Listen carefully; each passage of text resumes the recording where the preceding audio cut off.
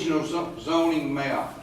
This time has been reserved to allow any public comments regarding an ordinance to amend the Atoka Municipal rezoning, regional zoning map.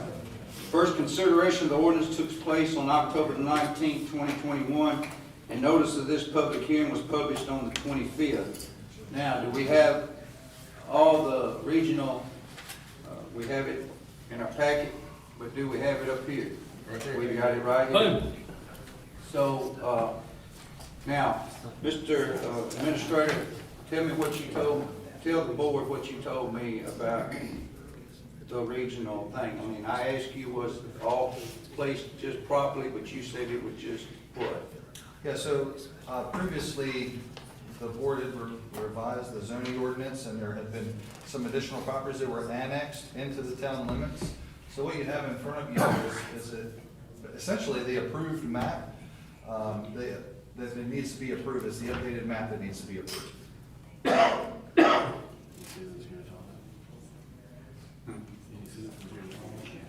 Is there any citizens here to talk about this? About the regional rezoning, that's what we're in. Anybody? Motion adjourned. All right. Second. Do we have to prove, it's It's just a hearing. just It's hearing. one.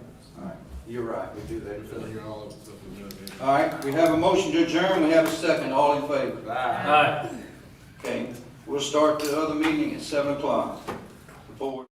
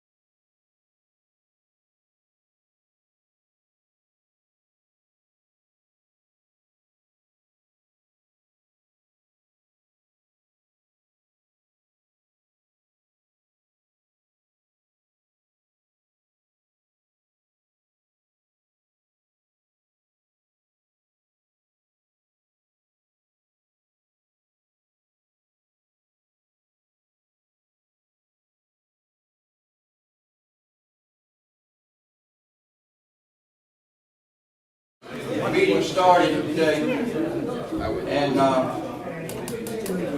today's date is, and Miss Deborah, you ready? I am, sir. Today's date is Tuesday, December 14th, 2021, and it's 7 p.m.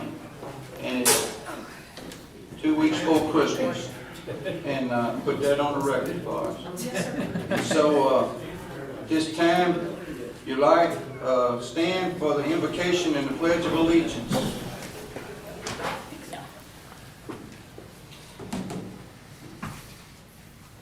Almighty Emmanuel, the risen and provider, the faithful witness, the prince of the kings of the earth.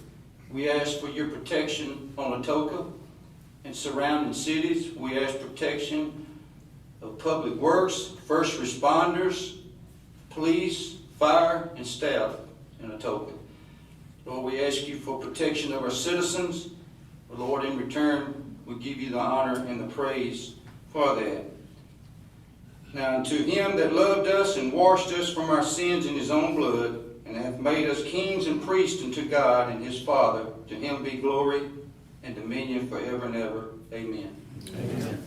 I pledge Allegiance to the flag of the United States of America and to the republic for which it stands, one nation, under God, indivisible, with liberty and justice for all. Thank you. I'd like to call this meeting to order. And Ms. Deborah, you want to do the roll call? All right. Mayor Walker, Here.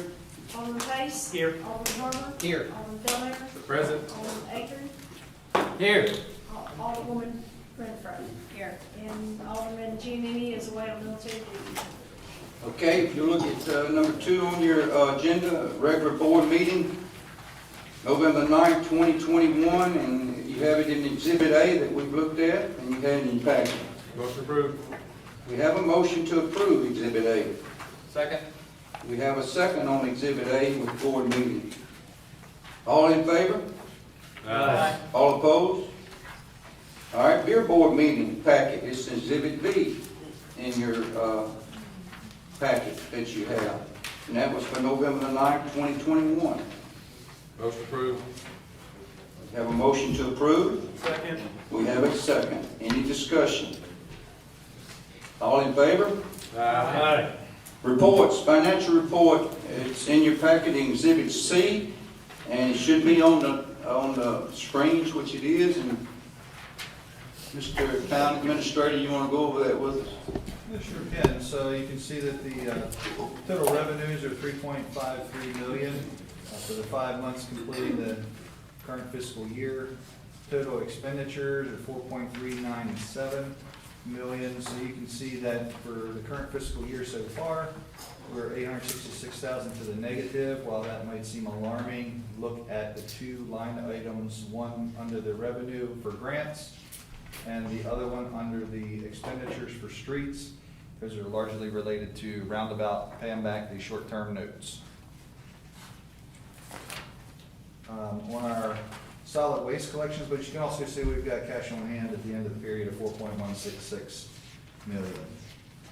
Solid waste collection, as we noted a couple of months back, we had to pay approximately 3 months of solid waste bills. So they came in, and what we told you at the time was that you would see a large deficit, but that deficit over the last few months is continuing to get smaller and smaller, and you can see this month it's down to $10,477. Previous months, back in September, the deficit was $37,000, and at the end of October, the deficit was $24,000. So you can see what we told you back in September is holding true. That number will continue to get smaller and smaller and then go to the positive. And you can see that our cash on hand at the end of the period is $227,000. Water fund.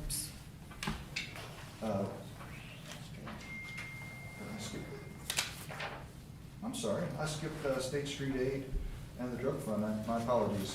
State Street Aid Fund, $154,000 for revenue. Haven't spent anything in the expenditures as of yet, but there will be bills coming for the paving of the subdivisions. How much was that, Mark? The paving of the subdivisions? Can you remember? I do not know off the top of my head. We did add some work to it, which was relatively minor. Contractor's supposed to be back first week of January, but well within our budget of what we had. I want to say like 240,000-ish. All right, of thank you. work, plus what we had added. Drug funds, the revenue of $10,000 so far, that's 32% of the budget. And you do see the expenditures of $22,700, that is 73% of budget. Expenditures aren't gonna go up much more with that was a large purchase of a used vehicle out of the drug fund for our DEA liaison. So I shouldn't see those expenditures go up much more, but those revenues will continue to come in as we acquire more seizures through that officer. Covered the solid waste, and we can move to the water fund. So water fund, you can see our revenues for the current fiscal year ending the period of November the 30th, $497,214. Just a little bit over 28% of budget. And then you can see our total expenditures of $590,022. So the cumulative total of the shortfall so far this fiscal year is $92,808. On our sewer fund, see our revenues so far this year, the fiscal year, $556,588. You can see our total expenses, $585,184. Sewer fund's not in quite a bad a shape, but you can see we are running a deficit so far this fiscal year, $28,596. We did get a draft report back from TAUD. We are working through that information, so hopefully we'll be able to provide some information to you at the next meeting, just as a draft form. So we may look at making an adjustment prior to their March meeting, as I had mentioned in the past. TAUD, we did engage with them for a rate study, and then we were supposed to, it was just been delay after delay after delay of the Water Wastewater Financing Board. We were supposed to be heard our case at the December meeting. The Water Wastewater Board canceled their December meeting, and they only meet on a quarterly basis. So we're not gonna have any kind of finality on the rate study until March. But in the process, I asked TAUD for a draft report, and that's what they have provided. As the town recorder and I have gone through the draft report, we've come up with some questions, so we've been in communication with TAUD to try to figure some things out. So as soon as we have some more information on that draft report, we'll be able to provide that to you. Motion approved. All right, we have a motion, we have a second by Alderwoman Renfro. All in, any discussion about it? All in favor? Aye. All opposed? All right, moving on.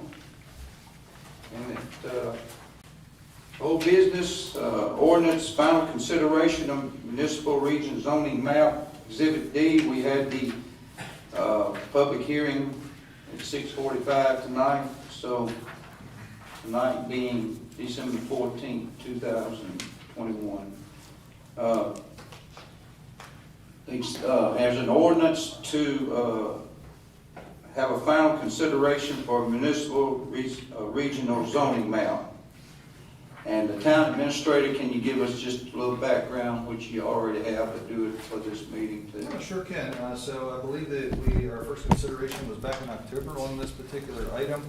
The zoning map had been updated, but it did not get adopted, so it's more of a housekeeping issue. We've had some recently annexed properties that were corrected on the map, and it's just a matter of adopting the corrected map for the zoning ordinance. So we held our public hearing this evening at 6:45 p.m. The hearing was held, and so it's the zoning map is for your consideration for adoption. As this is the second consideration of the ordinance, is there any objection to reading the ordinance by title only? Hearing none, will the recorder please read the ordinance by title? An ordinance to adopt the town of Atoka as a revised municipal regional zoning map dated July 1, 2021. Motion approved on second reading. All right, there's a motion to approve the ordinance for final passage, second reading. Any discussion at this time? Oh, excuse me. Is there a second to that? Second. We have a second. Is there any discussion to the map or what we're doing? All right, no discussion. Roll call. Alderman Aiken? Yes. Alderwoman Renfro? Yes. Alderman Pace? Yes. Alderman Harper? Yes. Alderman Philmere? Yes. All right, moving on, new business, ordinance and resolutions. The resolution for Oak Creek Phase 2 subdivision acceptance, Exhibit E in your packet. The Planning Commission had a hearing on this, the final talk. This has been going on for two years probably, from my recollection of it. So, Mr. Administrator, do you want to say anything? I can just give you a very brief overview of what I included in the agenda memo. The process to adopt the Oak Creek Phase 2 subdivision began with a request from the developer. I just looked around to see if the developer was here. I didn't see anyone, but Oak Creek Phase 2 is one of the subdivisions, for those who live within it, are one of the subdivisions that the town had previously agreed to put the final layer of asphalt on. So that is the reason it has not been finally paved. Planning Commission at their November meeting, we had it as a discussion item, but the Planning Commission had modified their agenda to make a recommendation to this board for acceptance. The recommendation was to accept the improved areas of the subdivision with the exception of the temporary turnaround at the end of East Cherry Bark for public maintenance, and releases the Apex Home Builders from all future responsibility related to said roads. So what I had just outlined as far as the exclusion of the temporary turnaround is in section 1 of your resolution, and it was drafted based on the recommendation of the Planning Commission. Make a motion to approve. All right, we have a motion to approve Oak Creek Phase 2 subdivisions with, in that all of it be paved except the East Cherry Bark turnabout. Second. We have a motion, we have a second. Any discussion at this time? about it? Yeah, I've got some points. So if I'm looking at this section 1, it says that the town approves and accepts, excluding the temporary turnaround at the end of East Cherry Park. Correct. Public maintenance and releases Apex from future responsibilities. So are we taking the temporary turnaround or are we not? If we're approving and accepting the currently constructed portions, excluding the temporary turnaround? We can't accept the temporary turnaround because it's not our property. It's on private property. So we're gonna own it or we're not gonna own it? No, that's the homeowners. Until the. We're gonna own the strip in the middle of it. The strip in the middle of it would be ours. Once the developer develops the other side of the creek, the developer would come in and put curb and gutter and straighten it out and get rid of the temporary cul-de-sac. So we're gonna own it, but we're not gonna do any maintenance to it. And the current roadway is gonna continue to deteriorate and whatever else happens. Well, I think Is we're that, am up, I understanding it correctly? That's a correct assumption. but I think we Well, are we don't responsible for currently own that it. area going We'll own down. it in the future. Say again, Mayor? I think we're responsible for where the roadway would be, is that correct, or am I wrong? Right. Am I wrong? I mean, I'm just asking. That is That would be ours. But we're not gonna put it, we're not gonna put But all any this other stuff. final paving on that. We couldn't go down there and pave the temporary cul-de-sac. It would sure enough cost, I could see where it sure enough cost some drainage problems in. Everything going. No, it'd be a lawsuit because we'd be Yeah. using city funds to pave, personal property. I mean, I was at the planning commission meeting, and the planning commission, I thought, had a good solution at one point, talking about leaving it in a temporary status, but we would finish it, putting curbs, putting the stuff on it, and then the homeowner didn't like the fact that it was temporary, so the planning commission reversed and sent it to us like it is. I just think there's a big question mark about that end of East Cherry Park. Now, the homeowner, I asked him afterwards, and he's not here, I don't believe. He doesn't want the liability of the part on each side of the road. And if it can be worked out to where that easement, and it would be two homeowners actually on each side of the road. If they could be waived, the liability waived on those easements, he has no problem with that. Has he talked with you, What- Lloyd? But the, What liability is there? well, how many, I don't know how many feet, let's say it's 5 feet wide. If somebody What stops a kid jumping the ramp, going into your driveway and hitting your mailbox and busting their head open? That's exactly the same thing. That's what he's talking about. For all purposes, it looks like it's a road, but it would be his property. And especially if it looks like if it's paved and curved, you know. It would still be his property. If it's a temporary turnaround, it'd still be his property. That's But it has correct. curb But and he's all. willing to waive the rights to that. If, No, he didn't want to do that in the meeting. he didn't want to do it because of the liability. Ms. He, Lloyd? I believe he's had some conversations. He had a conversation with an attorney that evening. I believe his perspective was a little different.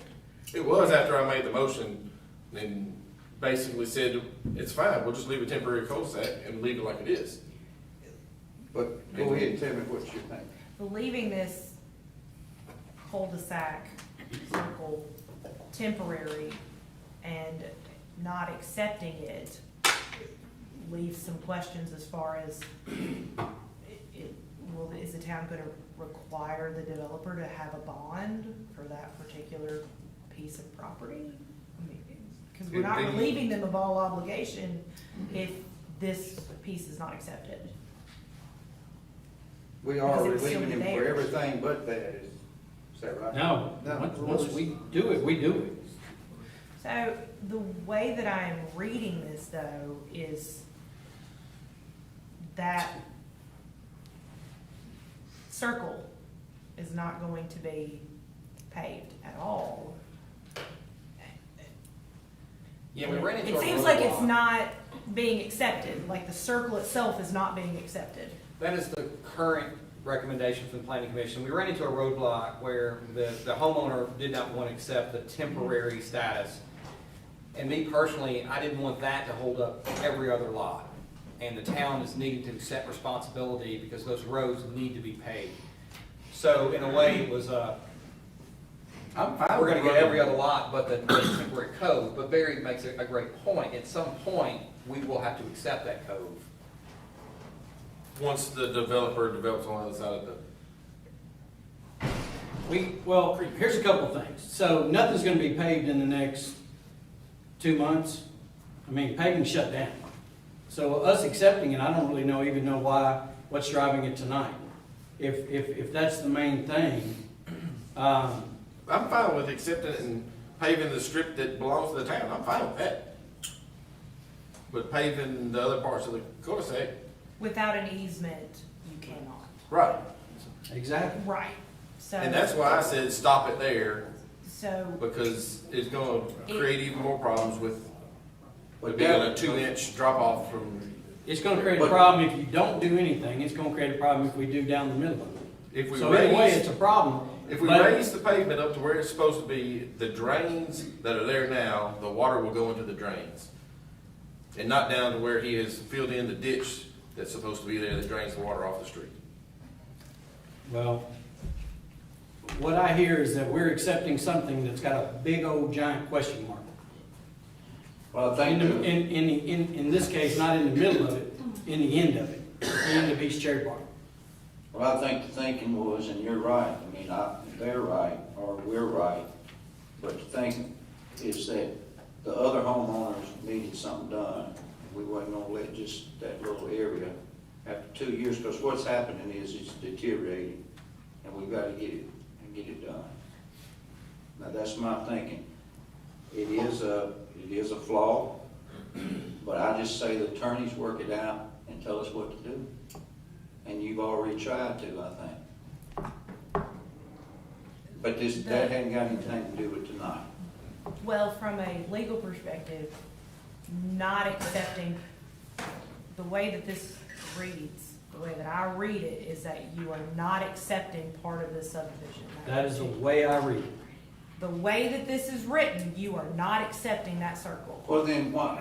And so, accept it or don't, but Is it I think another you're way going we to can have- word it?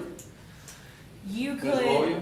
you could accept the subdivision and direct town officials between now and when paving opens to work to ensure that that strip is not the only thing that is paved. You can direct the town. If the concern is holding up the. Here's what, me sitting out in there listening to this, here's what I thought, that when he was gonna try to hold up everything, then we had to come with a solution. It literally what he was doing. In whichever way Alderman Philmeyer came. I'm not saying either way, Alderman Aiken's got a great point here. And he was some question that night when that, but to hold up all the rest of it, that's why I came up with that solution. But, the other solution was to, take it and put it in, and he wouldn't have that, and do all of it. So, He didn't want it temporary. if we take it as it's written tonight, and we do not, excluding the temporary turnaround, so we don't own that. I don't think the developer owns it. I don't know who owns it. The way that this is written, the way that it was kind of kicked to the board. Oh, I think that's a great way. I think the planning commission kicked it right on down the Well, road. the way that it was. A can down the road Well, the to way it. I that it make a was- motion, we Well, accept hold on. Oak Creek Phase 2. You've already. Because she was in the middle of talking. Take in what's here, just wipe it all out, and take excluding temporary turnaround out of it. I make a motion, we accept Oak Creek Phase 2. I believe What there were you was talking already a motion on the table. There is a motion on the That has floor to with a be- second. All right, well, we don't have to vote, we want to vote on My your motion, I rescind my first motion. Okay. If He you was- rescind your first motion, it creates. This way, it takes out excluding the temporary turnaround. So it's saying that we're gonna pave it all. No, it's saying No. we're going to pave what We, the town of Atoka will own. And And you're gonna And I work out just want the something. board to realize, you're accepting a quagmire. what I would like to see is between now and paving, the town acquire the easements. And if we have the legal right from the homeowner, it's my recommendation to the board that we pave the turnaround. And that can be a direction that is given to town staff That's the win-win. And With I would be the- fine with that. He's with- the one that was not okay with that. with the understanding that the town staff will be. But you're saying he one might half be of that okay comment. now. And if that is still the case, then that is a very easy fix. And if we modify the motion as Alderman Fairmont did, then at least now we own it. Yeah, And then we can proceed and try to do that. you know, if we get easements and everything, but he was adamant that you're not getting on his property, you're not gonna leave it a temporary turnaround, and Yeah. I don't It hate was. to say it, but I called a It bluff, was. and I figured out a way that the town needs to accept it. With the town accepting it, that at least creates a countdown to paving. Right. Correct. Right. Which will likely move conversations forward. And y'all talk, And okay? for what it's worth too, just so everybody's totally clear, if we do pave it, let's say everything works out, everybody's happy, the homeowners are happy, we're gonna put the paving on it, we're gonna put the curb on it, it's all on us. I mean, the developer's done it, he's not gonna pay for it, so, just so The we're all. developer's not gonna pay for it anyhow. No, he's not gonna pay for it anyhow. The So- temporary cul-de-sac gets untemporary when they build, they On the develop other the side. other side. Correct. Just so everybody understands. This has been going on for 2+ years. It's been a quagmire, and it ain't getting cleared up anytime soon. So just so I'm kind of clear here, because I did listen to the meeting, I wasn't able to attend it, however, I was able to listen to it through the YouTube. We've got basically this temporary, let's say we go ahead, we pull out this little cove and all of a sudden we've accepted it. It's not been on the plat, It was never, somewhere along the lines, they just went ahead and did this temporary. We go ahead and accept it, we somehow work it out with the homeowner. All of a sudden, it seems like this cul-de-sac has turned into a permanent thing, and when they go to build across the way, now it's gonna kind of look to me like we're gonna try and continue this road with a little bit of a cul-de-sac on the sides. The developer would have Yeah. to straighten the road. Developer that built on the other side, Has to straighten the road. it was explained at that meeting, then has to take all the pavement up, turn it into a road, and go across the creek. And at that point, if the planning commission or if the engineers or the planner reviews and says that that standalone development needs to continue to be standalone, then what the town is doing with this temporary cul-de-sac can then be made permanent. There's an option. Whereas if you make it a permanent cul-de-sac right now, you do not have that option later. And Alderman Feldbarn pointed out, if that option were to happen, now we've got another nugget lane, we've only got one entrance to that, way back to that area, Well, which is not a good situation. all right, let's vote, or go. Would you clarify your motion He's again, please? fixing to Make a motion, we accept Oak Creek Phase 2 incomplete. That's what it's, Incomplete? complete, Oh, complete. yes. Taking out the exclude the end of East Cherry Bar. I'll second. Everybody agree with that? Is that what you've been talking about, Alderman? Yeah, so I'm trying to see how it's gonna read then, so approves and accepts the currently constructed portions for public maintenance and releases. Is that correct? Yeah. It was basically just taking out where it says the end of East Cherry Bar. Yeah. Mayor, before you vote, can I have a moment with the attorney? Yes. Town administrator, you can. While you're doing that, I'm gonna hope we have learned a lesson of really not changing things when a developer comes here and wants to change until we look into everything. That's a great point. I think we did that in old jump just because of it. So we learned a lesson, and that'd be great. Alderman Pace, it was explained to us, that whole temporary thing, it has to be done because of the fire truck, turning Right. around, Well, stuff and like that. I understand that. My only concern there at that point is even if we leave it temporary, we're taking that in now as our property. And if somebody else comes in to now develop it and they have to dig all that up, now they're digging up town property essentially, whatever we put in. No, they're gonna making those easements. dig up the easements. They gotta come through the planning anyway, and all that's gotta be talked about. They're gonna have to fix this driveway, we're gonna put Yeah. mailbox, All of you it. know. But it all has to come through planning, and the first phase of it is to go and explain all of this and try to work it out there. That's how I do it. Themselves. Not one predetermined decision. What we're trying to do is take it from how it looks right now Right. to make it a visual, at least a complete thing.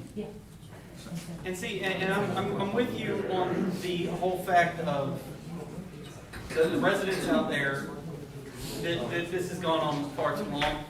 I feel like accepting that cul-de-sac the way it is taking that question mark and taking the responsibility from the developer and saying, yeah, we'll take your mistake and fix it for you. Well, the developer made it clear that, We literally. They got nothing to do with easements, that cul-de-sac is not ours. yeah, The straight road down the middle of the cul-de-sac. But now we're taking in the straight line road and then we're going to enter into talks to try and get the easements to make this temporary. Which now. no, it's already temporary. When we get that easement, all of a sudden that temporary cul-de-sac is completely ours because we've got the easements and that straight line. And we've taken basically what they've neglected to do off their hands. But they're not gonna do anything anyway. They can't, because, This is the approved plat. yeah. Yeah. This is approved. Right, and that's the concern, is this is the approved plat. They make a change to the plat, they didn't come back in front of the planning commission, and now we're talking about. Are you talking about Apex? Yeah, Yes. So I can shed a little bit of light onto that. So that was always supposed to be a temporary cul-de-sac. Then what happened is This was always supposed to go across the little creek, which is why this was going to be just a stub. Right. So what happened was the town approved it to not go across. That's right. That was not I hope we Apex's learned a lesson. doing. Okay. That was the town's, Well, to be clear, it wasn't any. It was never approved. It was It was never just talked approved, it about. was just discussion. and you're not wrong there. But the thing about it is that this temporary cul-de-sac is Right. because it was allowed for there to not be a bridge to go. So that is not this developer's issue. That was something that was asked later on by a different developer, not these guys. So what would happen here is you're not going to have to redo the plat. Because what you're gonna do is the plat still shows that stub. Then you overlay that with a V-shaped easement and a D-shaped easement. So you're putting that. Then these will be permanent easements so that we will permanently continue to maintain it. And then if this ever becomes a bridge that goes across, these easements will go back to the owners. And if there's not a bridge, and say this development is developed to a point where you don't need this bridge, then this can become permanent and you can redo your plat, your permanent plat, to make this a permanent cul-de-sac. But you have a whole bunch of options that if you make this permanent today, you're not gonna have. So just pretend that we are overlaying an Yeah. easement on top of a plat. That makes sense?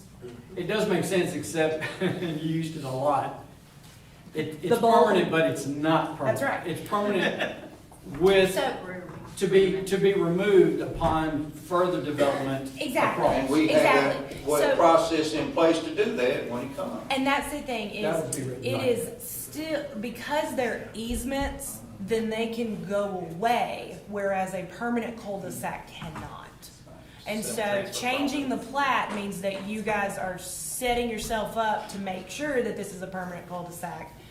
And then if you leave it open, it looks like it's always going to look permanent. But that doesn't mean that you guys or a future board doesn't have an option, if necessary, to It's go just a across. visual. Make Yes. sure we put it in writing and do what we need to do. Absolutely, but if you look at it as a plat with some easements on top of it, that's probably the easiest way to look at it. Mr. Administrator, you started this discussion. Is it over with, or you Well, It was? Just for the record, in the permanent minutes, I did not start this meeting. Well, you know, when you hire somebody, you can put it off on you.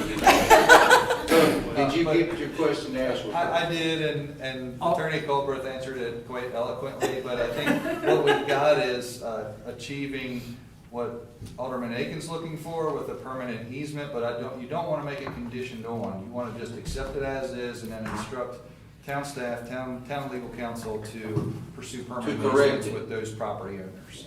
Yes. and I guess I would just add that the administrator opened, I think his opening argument at the planning commission was exactly what you're pointing out with the plat. And that, you know, it ended up like she was talking about. So, well, and I don't know how we do that to get it into the record or whatever, but I do most definitely want town staff to go down that Work at road it. and it not to be just disappears. Can the record reflect that Alderman Aiken would like us to go down that road? Go down that road. All right. You can turn around, there's a temporary All cul-de-sac. right,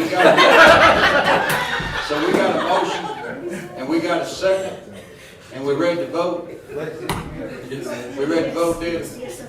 You're ready to vote. Yes, sir. All right. Would it be? Yes. Could you just? Read it. So you're gonna read what we're Just voting? so we're clear, it's Well, crystal. your attorney's gonna keep it Alderman straight here. Mayor made a motion to accept phase two as complete, removing excluding the temporary turnaround. And Alderman Harper seconded the motion. Correct? Is that right? Sounds good. And then we got it in the minutes to go down that road of trying to correct it. Is that right? Well, and then It will be. the board That's can not make, in the the motion. board can make another motion to direct town staff to I'll take care of that. pursue those permanent easements. All right, let's vote. Alderwoman Renfro, Yes. Alderman Pace, Yes. Alderman Harper, Yes. Alderman Philmere, Yes. Alderman Aiken. Yes. Okay, now, we want to go down the motion to use. Yeah, I'd like to make a motion to direct town staff to pursue whatever legal means necessary with the homeowners at the end of East Cherry Bark to get us some type of easement and release of liability, so forth, so on. All right, he makes that a motion? Yeah, You need to name the street or? I said East Cherry East Bark. Cherry. Yeah. All right, do I have a second? Second. Okay. All right, any discussion? Does it have to be a motion? Can we just say, hey, make sure you go Well, down just that we've I got, just wanted we've it got in action minutes. by this board, clear direction, this is what you Yeah. want us to Yeah. do, just because. That way it doesn't just disappear. Because it hasn't happened. All right, have a motion? Right. All right. Everybody understand what they're voting? Alderman Pace, Yes. Alderman Harper, Yes. Alderman Philmere, I guess. Alderman Aiken, Yes.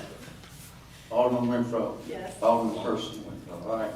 Just Moving on. look around, Number 2, resolution, Tipton County Hazard Mitigation Plan, that's Exhibit F in your plan, in your packet. And,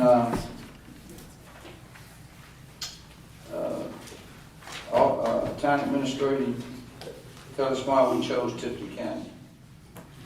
Because it's a good place to live. That's right. That's right. But to get more to the point with the hazard mitigation plan, each municipality is required to have a hazard mitigation plan. We can either have one on our own, or we can join forces with the county and other municipalities throughout the county. In the past, the town of Atoka has chosen to join with the county and piggyback their hazard mitigation plan, and what it essentially does is it allows the town to be eligible for federal funds should the need arise. I believe because we had a hazard mitigation plan in the past, we've gotten the safe room that we're sitting in right now that provides shelter to our residents. I believe we also had acquired some additional federal funds when we had some bridge issues way back, I think in 2010-ish. So it's important that we have a hazard mitigation plan. I did not print out the whole hazard mitigation plan, it's 133 pages.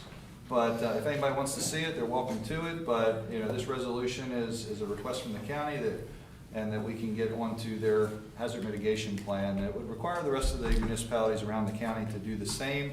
Once that's done, that will get forwarded to FEMA for final approval. So the plan's been approved by FEMA pending all the municipalities adopting the resolution and signing on. All right. Approved. All right, we have a motion to approve the resolution. Is there a second? Second. Do we have any more discussion about it? All in favor? Aye. Opposed?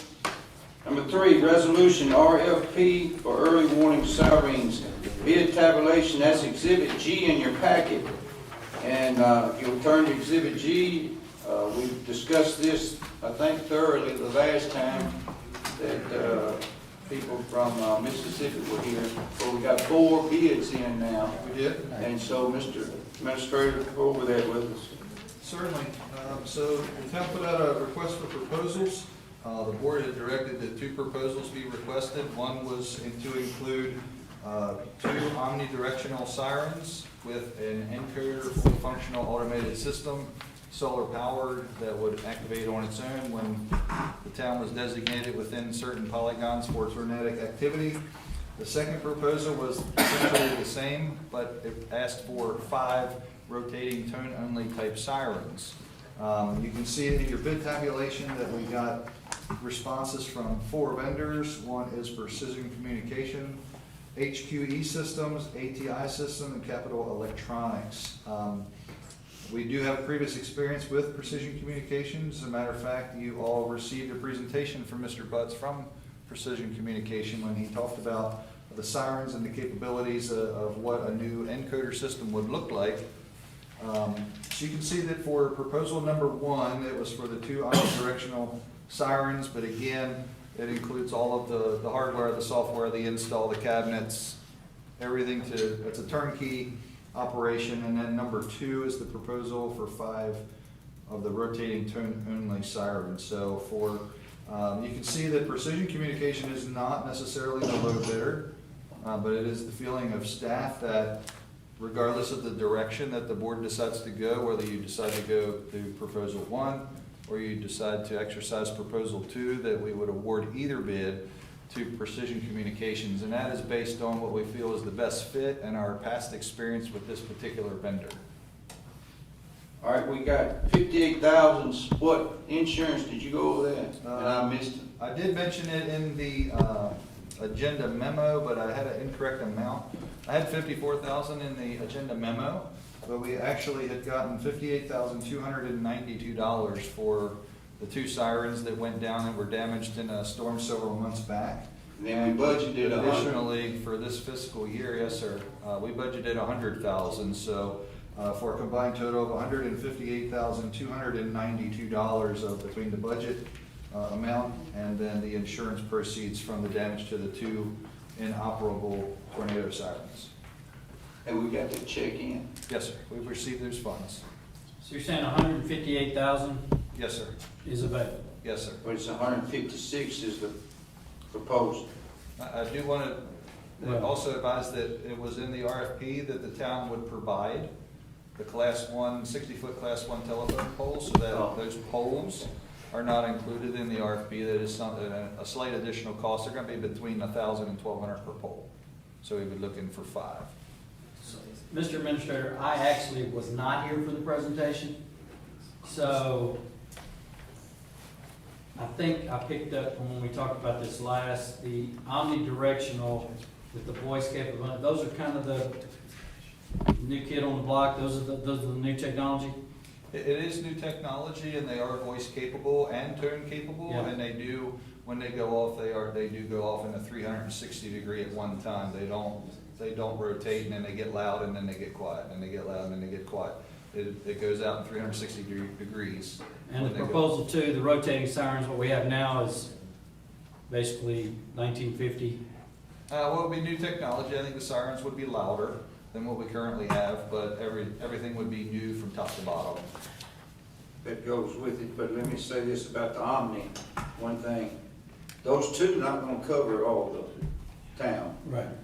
Of course, they'll depend on the technology of the phones and all this, I suppose, but we'll have to go But with just to be the other clear, 3. proposal 1, yeah, we're keeping 3 of the old style. We'd have to go with 3. And But they'll keep be- those up, and we have to repair them, and we have to do that too, yes. And they'll be tied into the new system. They will, So but you they'll be have Polygon activated. you repair the old, yeah, If you can get parts. if you can get the part. Whole reason we're replacing the 2 that are bad now is because you can't get parts. That's right. And so we could go with proposal 1, and then we can upgrade the others as funds are available. Or stay in I'm budget asking. and replace all of them. Well, we get And when the other ones go out, they just go out, and we don't replace them. 'Cause literally, Well- we would have 8 sirens in. With having the unit price here, I know this is for this bid, with having the unit price, is there a way that we can add to this, or do we have to put it back out for bid if we want to put more into it? So say we wanted to do 3 omnidirectional instead of 2, we've got the bid for 2, do we have to put the other 1 back out, or since we have that unit price, can we go ahead and just enter into an agreement for 3 instead? The RFP said that the town may consider adding or replacing additional sirens, so Okay. no, you could just do a change to add an additional siren if the board so chose. In the, on the Omni, it's a pre-recorded something that you have to have. Right. Yes. It's not like you'll be able to pick up a thing, hey, tornadoes in Mumford, you better get under your pillows now. Yeah, it wouldn't be like you pick up a walkie Yeah, and it's talk gonna over be it, correct. It a would be- generic thing that's gonna have to be Pre-recorded. pre-recorded and all that. They would be pre-recorded, as Mr. Butts had indicated in the past, and they would be recorded in a studio, in silence, and that would be very intentional of how the words were spoken. But yes, it would require, I think the setup gives us, It was 6. I think it was 6, yeah, I think it was 6 pre-recorded messages, so. I thought I was under the impression that we did have the capability of being able for a PA system. No. and I'm sitting here getting a head shake yes in the back from Mr. Butts as well, You do that have that capability. it is capable. It's a live PA. Okay. Okay, stand corrected.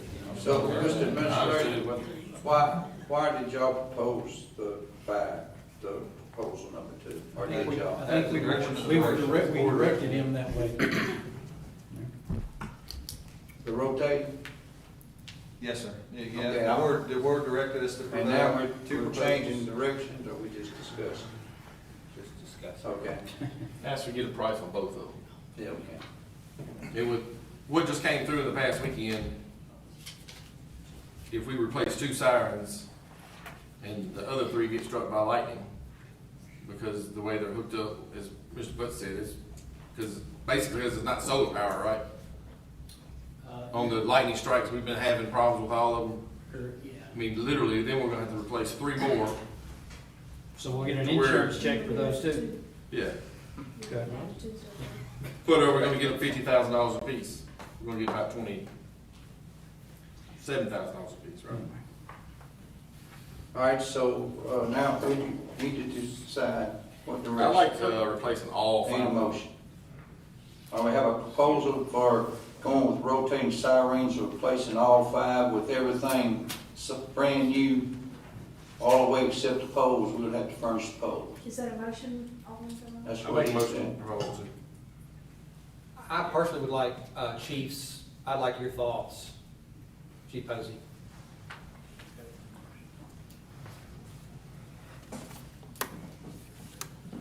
Thank you, Alderman. Mine's pretty much the same as what we stated before we topped this round. I think the omnidirectional, in my mind, is the way to go. In looking around, the one that I found that gets the most out of it is the University of Memphis. And they use that for any kind of warning if there's a incident on campus, that type of thing, they can put it out. The rotating, the only thing about it, and we talked about it, if you had some kind of message, you're only gonna pick up a word here and it's gonna spin around and you're gonna pick up a word there. And talking to some of the towns, Bartlett, Germantown, that are using those, one of the issues that they had was the belts breaking, Which one, you talking about the rotating? the rotating. Okay, Chief. So, in my mind, I'm thinking the omnidirectional, at least for the inner part of town, and I would say those 3. Again, we could get 2, leave the other 3 as they are, and as they go out, you just replace them. I mean, you're talking about the same amount of money, but, you know, we may get another year, 2 years, 3 years out of these before we have to spend that money to replace them. So in my mind, the 2 omnidirectional would be the way to go. So will me and you be able to understand what they're saying here at Town Hall on the omnidirectional? I'll defer to, I'm sorry.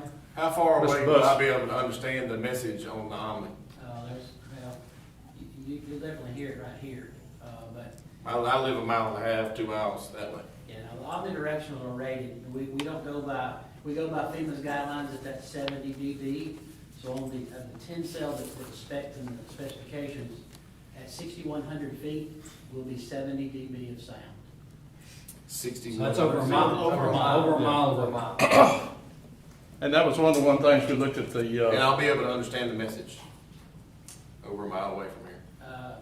I know, I realize I'll hear a noise. I'll hear a noise, but will I be able to hear tornadoes coming and sea cover? Well, we have, Over a mile away. what we have to be known as the rotating sirens out there, I think, most. Because we're not gonna do away with 3 of them, is that right? that would be my recommendation right now, is go ahead and get the The omnidirectional. storm comes in, those get struck by lightning. Yeah, I mean, Well, like you said, I mean, it's not just. we collect off insurance, but the thing about the omnidirectional, they're gonna be louder. We've gotten some new subdivisions and everything, and looking at the map, that will reach out further than what the rotating will. Okay, And it's not gonna just be voice, right? It'll be voice and a siren coming out? yeah, There'll be a siren unless we choose to Right. make we a, can do both yeah. I mean, it could with be, that option. it could be a train derailment. Being able to pick up if something besides the pre-program to be able to pick up and actually speak as well. So let's say Alderman Feldmeyer, it's got a dog barking or whatever, he might not understand the voice, but he's still gonna hear a tone. Yeah. Yeah, 'cause the I'm here to normal rotate ones. emergency going off, something's going on. They'll be programmed, I would think, to do the same sirens that you're hearing now, unless there's a special message that Shaking you his want to head, get yes. out. Yeah, so Yeah. what happens when an activation occurs? Okay. It's up to you. You can have a pre-recorded voice message go out, and this happens in a sequence. Right. It's a push button send or that automatic activation. So a pre-recorded voice message is plays, tone sounds for a predetermined amount of time, it's followed back up with another pre-recorded voice Okay. message. Thank you, sir. What's the recharge on them? Because I know that's been drawn into question as well, that there's been discussion that they run for 3 minutes, then they're off for 7, and then they can run for 3. What's the actual recharge period on those sirens? Well, you can run that siren continuously for up to 3 days solid. Okay. So then That would a drive 30-minute everybody tornado warning's not nuts. going to make a difference. The ones now, they have to Okay. recharge because, what we're looking at is getting the ones that are solar versus these have a battery backup, so they've got to shut down X number of minutes to recharge, and then you'll hear it go off again. I guess, Chief, the point I guess I'm trying to make is the notification seems to be a pretty big thing with the board. They seem to really like that. Mhm. But if the largest subdivision in the town or Tipton County can't hear the notification, and we're still relying on the ones that go in circles, why wouldn't we just replace the ones that go in circles? That's been proven for years. Danny, what you're saying is we're just going to put one omnidirectional that can have that tone here. You've got two. We have 2 sirens down, one here, one on Rosemark. You've got that one on Rosemark to cover the main populace, along with, if we chose to add a third, which the budget does support. Budget does not support. Yeah. The budget doesn't support an extra And that's the thing, too. 35,000. That would pull us at About 158. 145. So it does support a third, and just hear me out here. If you replace Kearns, you replace Rosemark, and you replace Town Hall, you've got almost every major neighborhood at some point in capability that will have a brand new siren that has a PA and voice capable message. In addition to what the rotators have. On top The of, ability we'll to still have the tone. other 2 rotating. We can pull the third one down, have that for parts, God forbid a lightning strike actually does happen. And then we can talk about the other 2, or we can go somewhere else. But just so the board knows as well, I did ask Mr. Mark. Mr. Mark provided me a copy of the RFP of what the bid specification was with each price. Just to run, and I know Mr. Butts pitched 3 10-cell, 2 7-cell. Just to go with 5 10-cell, the total price is only $211,397. I say only, however, it's a difference of $55,000-ish. It gives us the ability for tone and PA, and we're not sitting here talking about it rotating and getting louder and quieter. So to me, $55,000 is well worth the security of any citizen, let alone the entire town. Don't start with that. Did we get a second? No. All right, hold on. We're starting with safety. For 50+ years, the rotating sirens 50 years ago, you had a phone on the wall. Now you have a cell phone in your pocket. that's going off and letting me know about the alert. You're right. Why do we want However, the other what ones? happens Y'all, when you're hey, sleeping? directed here. That's directed. It's the sirens. All Ones right, that go in we have- circles are proven. Right. We have a motion, we can discuss that all night. You're right. We have a motion on the floor, Alderman Feldmeyer, to take this proposal to 5 rotating sirens. Is that right, Ms. Deborah? Yes, Is there a second? not yet. Is there a second now? All right. Hearing none. Make a motion, we accept proposal 1, omnidirectional, 2, omnidirectional, to be awarded Precision Communication. All right, we have a motion for proposal 1, as is, 2 omnidirectional sirens, and we'll fix up the other ones, or keep them, the ones that's working, going.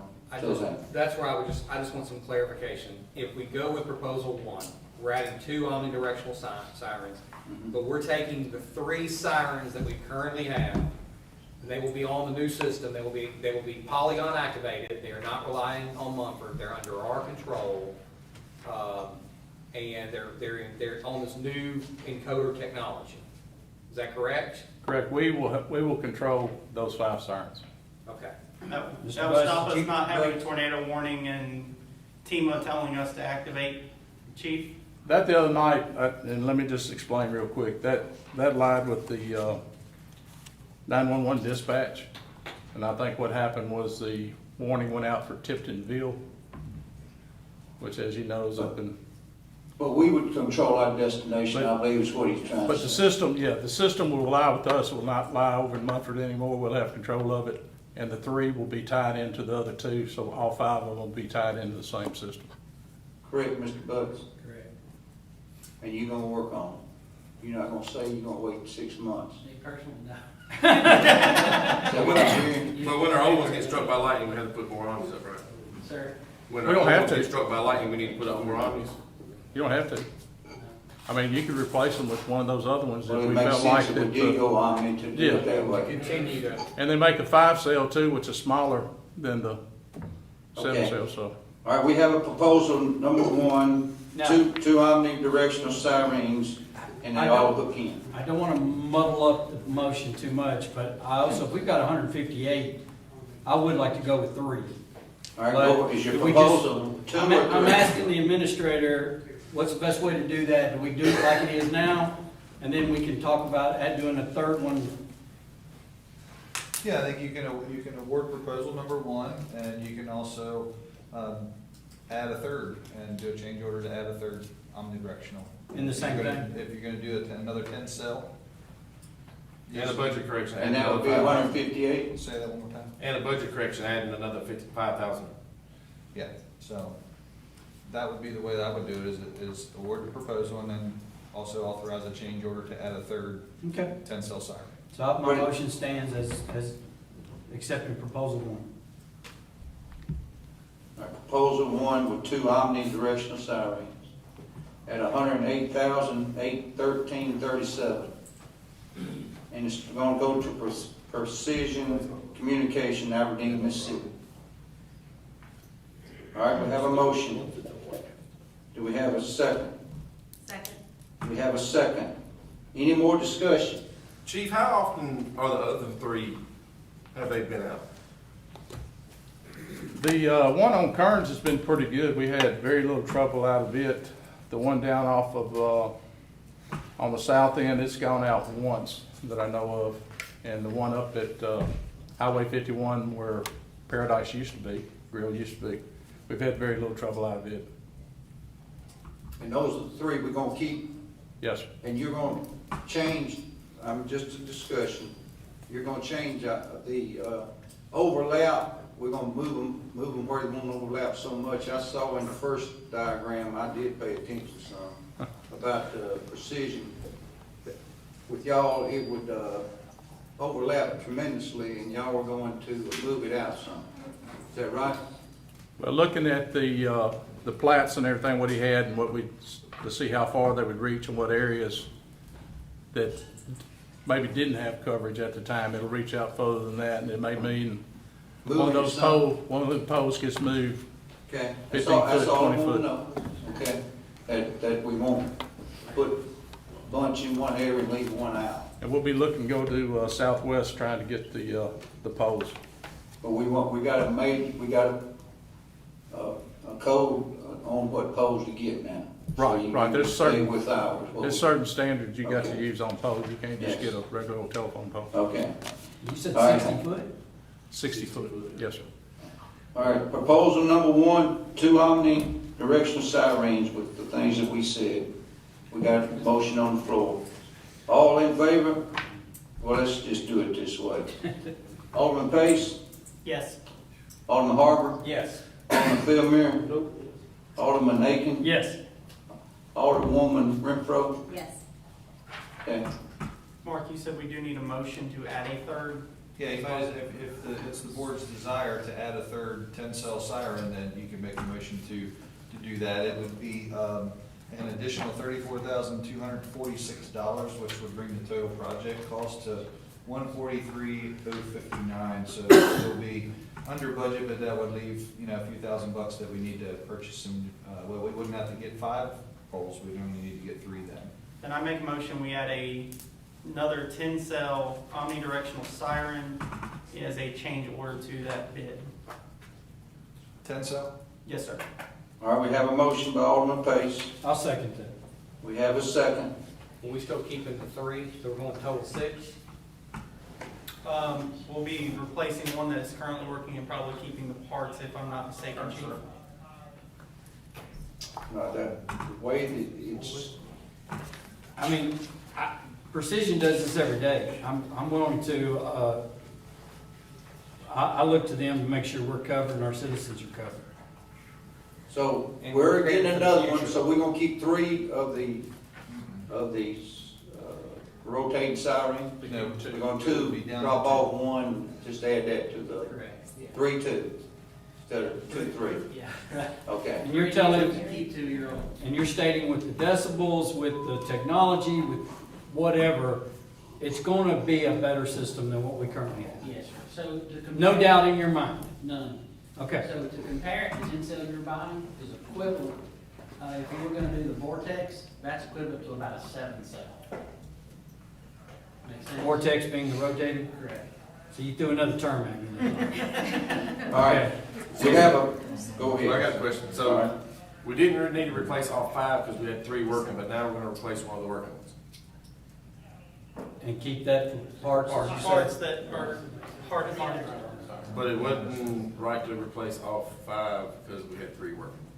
But now we're gonna replace one of the working ones. I just don't want to invest in older technology. And I appreciate Mr. Butts coming, but he's selling, he's a salesman. I mean, I don't know if y'all deal with salesmen, but, yeah, you gotta look at that too. I mean, On the other proposal, he was actually making some money, so. All right, we have a proposal, another, motion by Alderman, Pace, And about second. adding another one, as, just like the others. We have a second by Alderman Aiken. All right. Alderman Harbour, Yes. Alderman Philmar, Alderman Aiken, Yes. Alderman Renfro, Yes. Alderman Pace. Yes. All right, moving on. You got direction, it should be in by 1st of January, is that what I'm hearing? 1st of January? He's got them on the back of his truck in the parking lot. When are you supposed to do that? When's it supposed to be in? Did you tell us that? Yes. You're the one putting it in. Have you got supply chain issues like everybody else, or you good? We absolutely do. So this purchase order needs to be in before December 31st, so that's the cost to be valid. So we're going about a 15-week delivery time once that order is placed with the factory. do you have any of the extra rotating ones we could use while they're there? Sir? Do you have any of the extra rotating ones around the shop that we could use to, others come in? Just checking. All right, moving on. Resolution number 4, approval of fire apparatus grant submittal Exhibit H, and I think we've already approved this once, haven't we? Town Administrator. Yes, Mr. Mayor, we did approve the submission of these grants earlier in the year in April, but I believe that Chief Posey's got some additional information. We're not going to be asking for the same items on each grant, but the grant cycle has opened back up, so rather than wait and submit later to be one of the first ones in, I think that some of the feedback that we got last time is that, you know, they liked our application, but they run out of money. All right, Chief, what are you saying? These are the same grants that we put in every year, Mayor, that y'all have approved. Most of them, the 2 that we're looking at, you have very little matching on them. They came out, for whatever reason, earlier. Normally, you wouldn't be seeing them till February, March of next year, and for whatever reason, I think the COVID had something to do with it. They broke them out in December. So our thinking is if we can go ahead and try to get these in as quick as possible, we may stand a better chance of finally getting one of them. All right, Make a motion, exhibit H be approved. all right, we have a motion. Is there a second? Second. Any discussion? All in favor? Aye. Opposed? Moving on. Thank you. Exhibit I. What about Make a motion, exhibit I be approved. Well, Second. that's under approval of equipment safety operation grant submittal. There was a second. All right, we have a motion, we have a second. All right, any discussion? This is for approval of equipment safety and operation grant submittal. All in favor? Aye. Opposed? All right, ordinance, first consideration, motor vehicles, traffic, and parking, Title 15, Exhibit J. Mr. Administrator or Mr. Chief? Well, what the board has before you is based on some feedback from board members, commission members, and members of the public about parking and some other motor vehicle issues. Town staff had worked together to get a draft, and a lot of credit had to go to Chief Rudolph for getting some things together here. But Title 15 regulates motor vehicles, traffic, and parking. And then what we have in your packet, which makes up the majority of your packet, is Exhibit J. So we gave you two ordinances, and let me explain. The first ordinance, because it's an ordinance, we gave you what the new ordinance is proposed to be. The second section of that is also in Exhibit J, but you'll notice it's got a lot of yellow, a lot of red, it's got the markups. So what we wanted to do is give the board the opportunity to review, to see what was been added, what's been taken away, what's being changed. So that's why there's so many pages of what you have. We did, if it's okay with you, Mayor, I'd like to talk about Exhibit K as well, with sidewalks and streets. Exhibit K also coincides with Exhibit J, and that we convened the Public Safety Committee, which Alderwoman Renfro and Alderman Feldmayer sit on, and we had a work session on that, on each of these items, and they worked diligently on here to try to get some things addressed that would be agreeable to everyone. If you have some specific questions, you maybe could direct those to Alderwoman Renfro or Alderman Aiken or to Chief Rudolph. So that's what we got. I'm sorry, Alderman Feldmayer, I apologize. Snow rotate sirens. What about the streets and sidewalks? The chief standing up. Chief? I defer to y'all. Well, no, you stood up. You got something to present? I'm just stretching my back. What about the streets and sidewalks? Is it in there with the dimensions and all that? What was that about, the change? Yeah, so there were changes about the park relative to the sidewalk and in the street. So again, we provided you with a revised ordinance, but we also then provided you with the markup so you can see exactly what was being changed. There's a lot less being changed in Title 16 than Title 15. It just is less. So it's pretty brief, and I think you can get the gist of it. It's gonna give you more black and white of what to do, Chief. Yes. Yeah, Chief, so you know my concerns. Yes, sir. This takes care of that? That takes care of it. Yes, sir. Last night, I had two vehicles parked exactly opposite each other, and I had to thread a needle going between the two to get through on the street. Yes, sir. No way the fire department would have been able to do that. Yes, sir. Most of what you see presented before you in the color-coded version, the additions, address a lot of the concerns that come from here, and also from citizens' complaints. Some things with forward thinking, in the future, addressing some things. Case in point, I was at the Olympic Steak and Pizza not too long ago, and there was an elderly lady trying to get to her car. She couldn't use the ramp to get into the handicapped spot because a DoorDash vehicle parked on the ramp. The lady politely asked her would she mind moving so she could get in, assess her vehicle.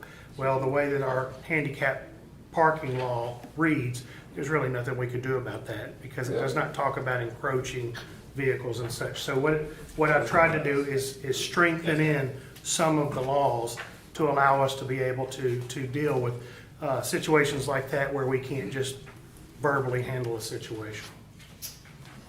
All right. Any more questions? All right, ordinance first consideration for the motor vehicle traffic and parking, Title 15 requirements. The town administrator's given us some information. As this is the first consideration of the ordinance, is there any objection to reading the ordinance by title only? Hearing none, will the recorder please read the ordinance by title, and this is just on number 6, Exhibit I. Exhibit J. Exhibit J, yeah, Exhibit J, yes. Okay. Exhibit J, an ordinance to amend Title 15, motor vehicle traffic and parking of the town of Atoka Municipal Code ordinances. Motion to approve, first reading. Second. All right, we have a motion to approve, we have a second. Alderman Bellmer, Yes. Alderman Aiken, Yes. Alderman Lady Renfro, Yes. Alderman Page, Yes. Alderman Harvey. Yes. Moving on, 7, ordinance, first consideration, streets and sidewalks, Title 16, requirements, and we've already heard from the town administrator. This is the first consideration of the ordinance. Ms., do we have any objections on reading by title? Hearing none, Ms. Recorder. An ordinance to amend Title 16, streets and sidewalks, etc. of the town of Atoka Municipal Code ordinances. All right, roll call, we have Alderman Harper. Yes. Did you make We a have motion? a motion to approve on first reading. We have a motion, y'all done got my mind crazy. All right, we have a second, we have a motion, who made the motion? Danny? Who made the second motion? I did, Mayor. All right, any discussion? All right, roll call, Alderman Harper, Yes. Alderman Bellmer, Yes. Alderman Aiken, Yes. Alderman Lady Renfro, Yes. Alderman Pace. Yes. Moving on, ordinance, first consideration, electronic participation for elected official, Exhibit L. And Mr. Administrator, give us the background of this. Sure can, if I could, Mayor, just wonder, so both J and K were approved on first reading, so Yes. in your next board packet, you will not get a markup, you will just get the revised ordinance. Yes, sir.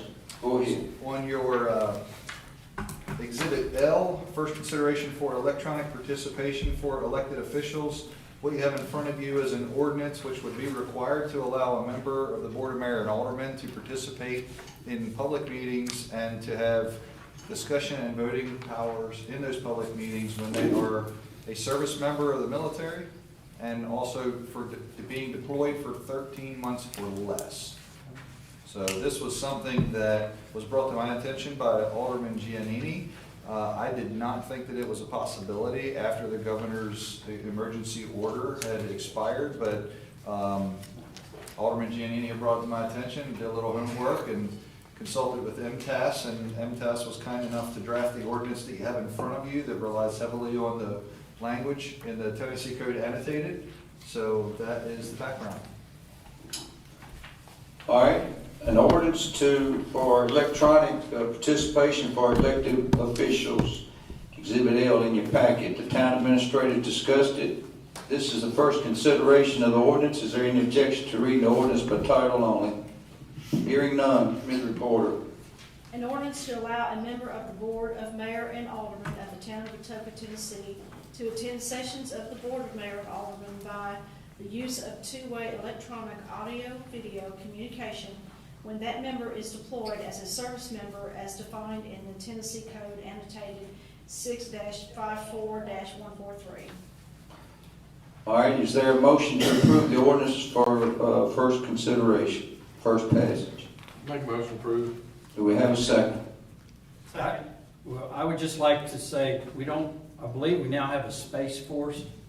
That's not listed here, so we need to change section 2. Well, we discussed that. Yeah. You are correct. We do now have a space force, but because I neglected to change that, and the reason is this. Because this language is directly from the TCA, Yeah. I would not want to add something to that. I would wait for the TCA to change the legislation because that's where the authority to do so comes from. Okay. So when they change that language, then we can certainly add Space Force. But at this time, TCA doesn't allow a member of Space Force to participate. They probably don't have anything. If it's 2 or 3 elected officials that are in the military, only one can do it? Yeah, this provision only allows one at a time. So if for some reason we had 3 military reserve members and they all 3 got deployed, then only one could participate at a time. Who decides that? I would think that the board or the mayor would. Okay. All right, moving on, excuse me, we have a second? Second. All right, any more discussion? All right, roll call. Alderman Pace, Yes. Alderman Lady Renfro, Yes. Alderman Aiken, Yes. Alderman Fairmere, Yes. and Alderman Harper. Yes. Miscellaneous items, fire engine purchase approval, Exhibit M in your packet, if you will, and Mr. Administrator, give us some information. I will give you the information that I know. More importantly, what's been contained in your packet is Exhibit M. You have a recommendation from the Fire Apparatus Selection Committee. They have a recommendation here to purchase a single axle 75-foot vertical reach piece of equipment. It's manufactured by Sutphen. It's model number SLR75. It is a Quint. It's something that I think has been talked about off and on for quite some time. The base price, we would be purchasing this through HGAC, which is a Houston area grant, so it would meet the procurement requirements. I'm not in the fire service, so I know there's members of the selection committee that are here. Chief Posey's here, so y'all can ask away. They can give you the technical. Yes, sir. Yeah, middle base tall enough. That's a big question. It's a good question. I've seen them where they wouldn't. Yeah. Chief, I've got just one question. Yes, sir. Concern, kind of mixed. Lieutenant Hall had a copy of the, I guess, the full spec of the truck. I did notice the rotor ray on there on this one like the other two. I guess my only concern is where the rotor ray normally sits is there's a big old siren in the middle of the grill. There's room up above.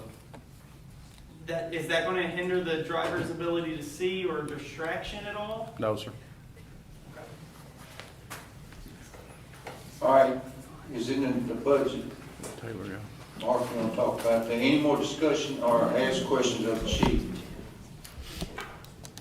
Any more? Thank you, Chief. Yes, sir. And tell me the reason why we get a ladder truck with one hotel.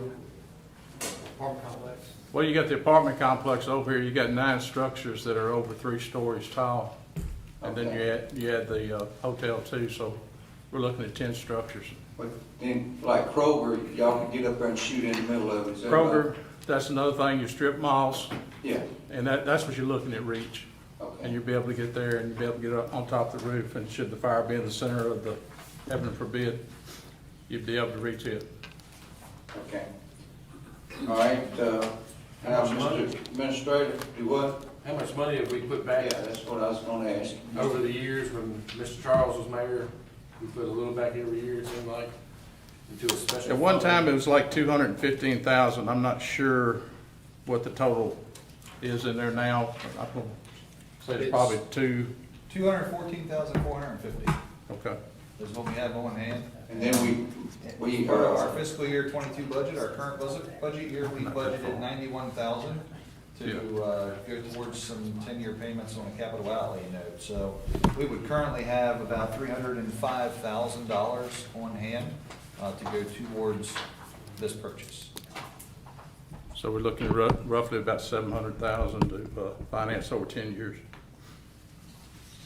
So I think So the mayor if asked we- you to talk about some financing. So if we do the financing and basically pay the whole thing off, we would save 32,000, right? That is one of the proposals that you have in there for a discount for prepay. That is correct.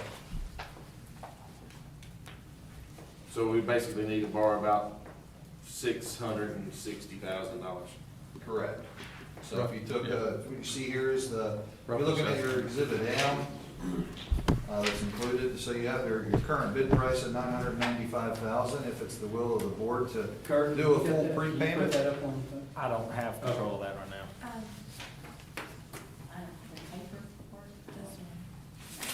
Okay, Keep so, going. yeah, what you have in your packet there is the current bid price is $995,000. It's the will of the board to do 100% prepay. It would get us a discount of $31,922, which would make the final selling price $963,077.08. So therefore, we could put our $305,000 down, and we would finance the remainder, which would be about $660,000. Chief, this doesn't include any tools or anything you're gonna need to put on that truck as well, correct? No.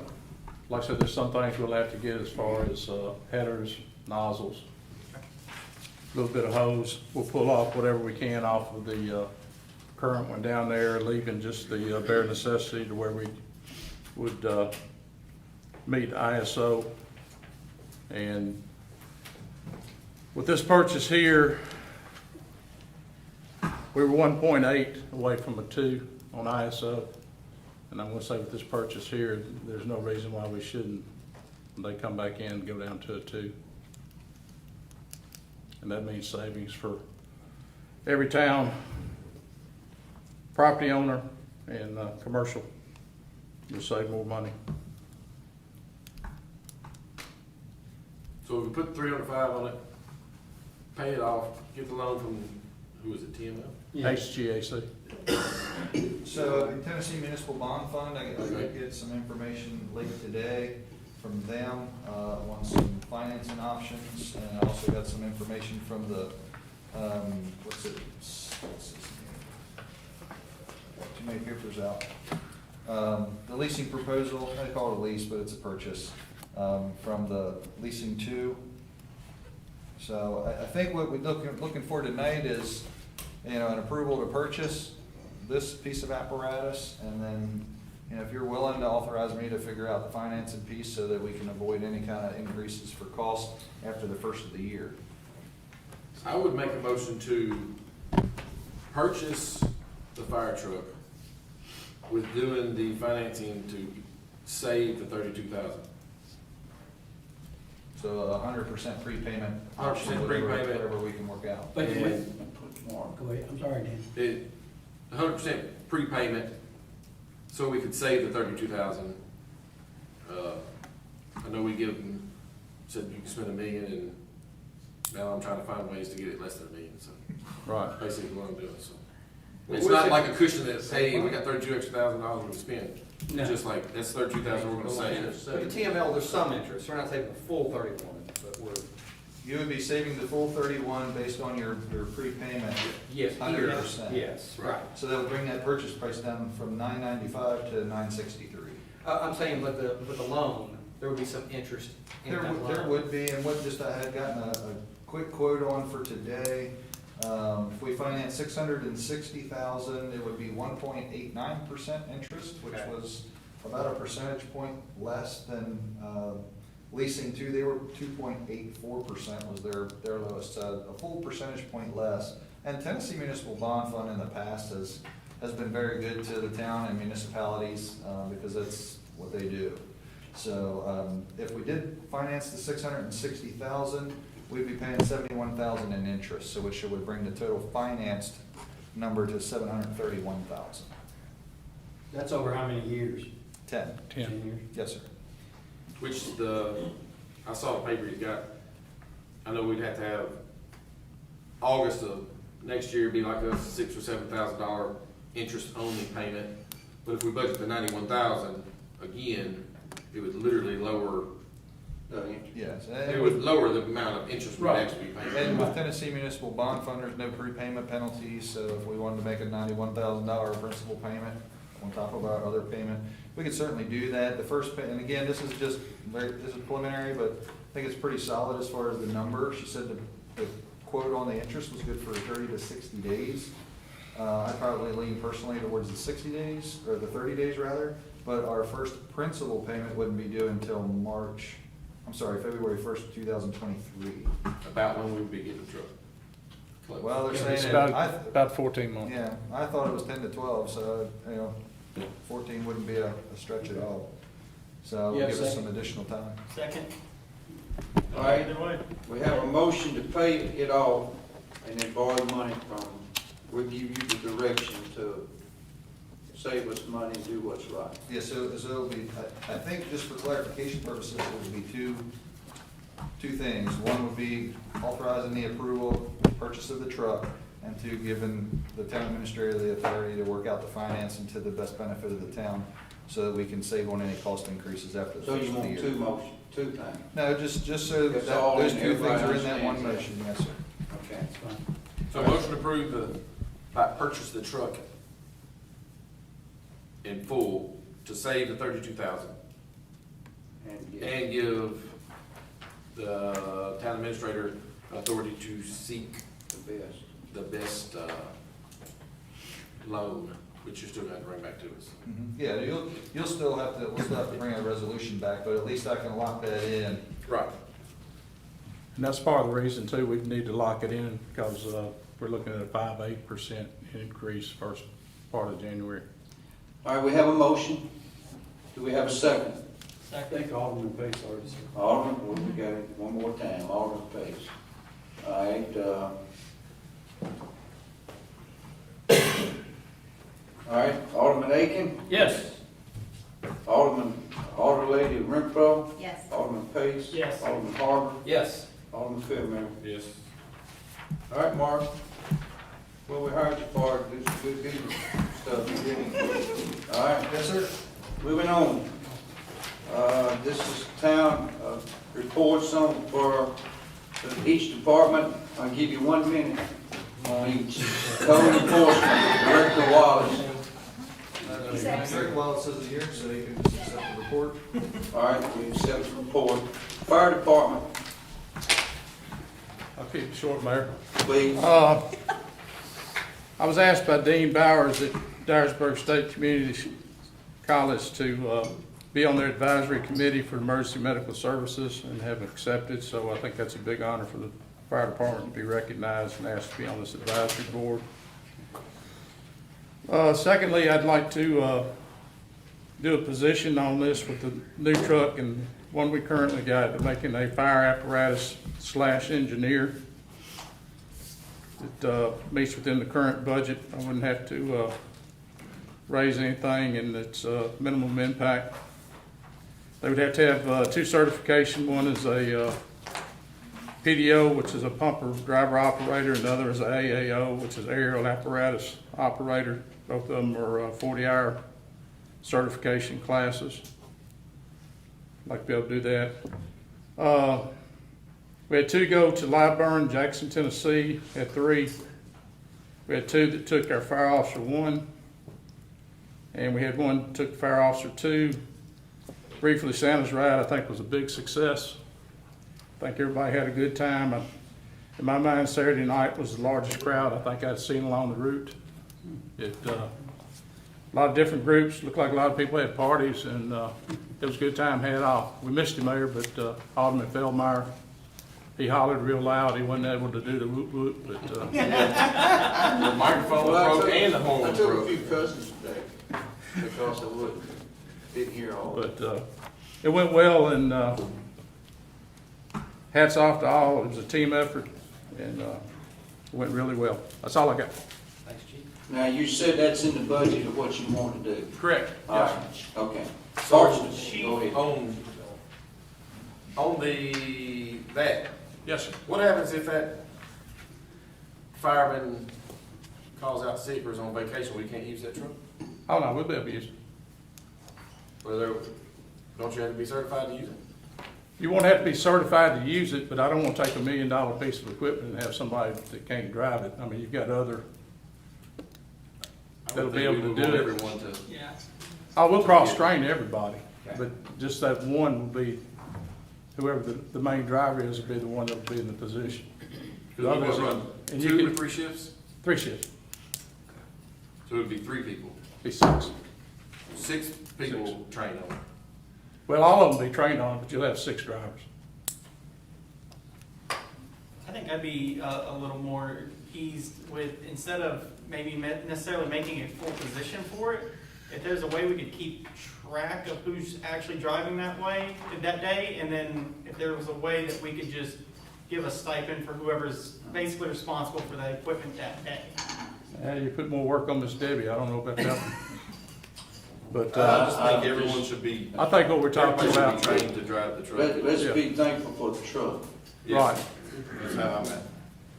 Good job. Thank you. All right, Parks Department, Director Isabel. Tree lighting attendance was huge. I think it died. Tree lighting attendance was huge. I've had some requests to see about getting a possible new tree, maybe location change, kind of work the event out a little bit. So I will get back with you guys once we get all of our brainstorming done. I talked to several of y'all on that thing. Fountain has been installed at Pioneer Park. I've gotten some positive feedback on it. Of course, not on Facebook because I only get negative on Facebook. Then Santa's ride went really well. At the meet and greet, we had over 85 kids, which was a good turnout. I think it's about similar, the same as we got, maybe a little bit more. And that is all I have, unless y'all have any questions. Thank you. Police Department, Chief Rudolph. Yes, sir. So I know I have my normal presentation, which you have before you, the stats. The important piece about the stats is this time compared to last year, we're down roughly 16% in crime, which is a good thing. We have a notable arrest, and we also have a continued commitment to education for our officers.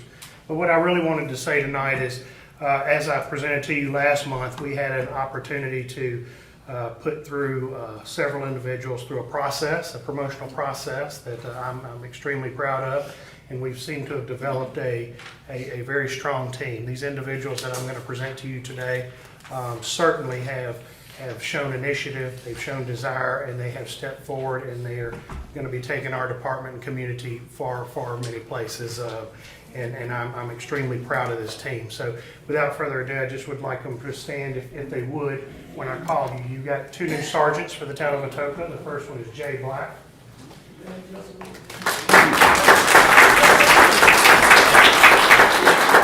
The second one is James Perry.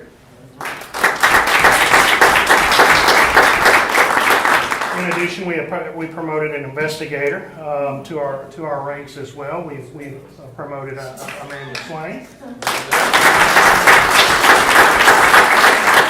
And two new positions that we've created this year are the rank of corporal. Corporals are kind of that frontline piece that assists with the sergeants. They also help with training. They've showed great initiative. They handle roll calls. They do a lot of the behind-the-scene admin work to kind of get us to where we need to be. And these new corporals are Dylan Daniel and Fiscal Rubius. Again, I can't tell you how proud I am, and I just wanted y'all to see them tonight before Christmas. Thank you, Chief. Public Works, Director Patrick. As you all probably know, Director Patrick's out on leave with birth of his new baby boy. So he's not here tonight. You have the report. All right. Miscellaneous items from the Mayor, Board of Aldermen, and Town Administrator. Town Administrator, you have anything? Just very briefly, I wanted to let you know that lots of members of town staff had worked to put together a parade float to enter into the Covington, Munford, and Brighton town Christmas parades. I'm happy to say that our town staff got second place at the Covington Christmas parade and got third place in the town of Brighton Christmas parade, and Munford is yet to be determined. Oh, we got first place in the Unofficially second place. We don't have a plaque to prove it, but unofficially second place. We got first place in the token. It's always first place in the token. All right. Citizen concern at this time. Anybody that needs to, please come up forward. Name.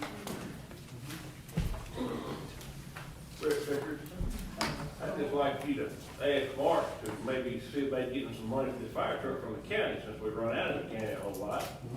And then how we have one of our commissioners here, y'all missed a very good opportunity on that cherry bar situation. De-annex that and let the county have it. That one in over there. Since it's been Y'all working on that or what, Mr. Show? You know, of course, Commissioner Adams is on the finance committee. I have to talk with him about what they do and what they meet about. But I mean, you know, I've been in contact with Chief Posey, since even before I ran for office. And we talk, I know at least, I'd say 2 or 3 times a month, and besides just checking on each other about business. So I mean, I'm in favor for it. We do it. We're seeing a lot of money come into the county. County just entered into an agreement with the opioid agreement with other municipalities and counties. We were told last night we're looking at about another $180,000 each year from that agreement. Of course, that's tentative right now, so that's, you know.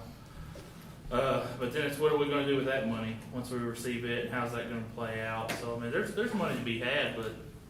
Well, we need to ask for it in a letter, don't we? I would always recommend that you put something on an official letterhead and submit that. Mr. Administrator, We'll ask for them to pay for the engine in full. yeah, it'd be good or.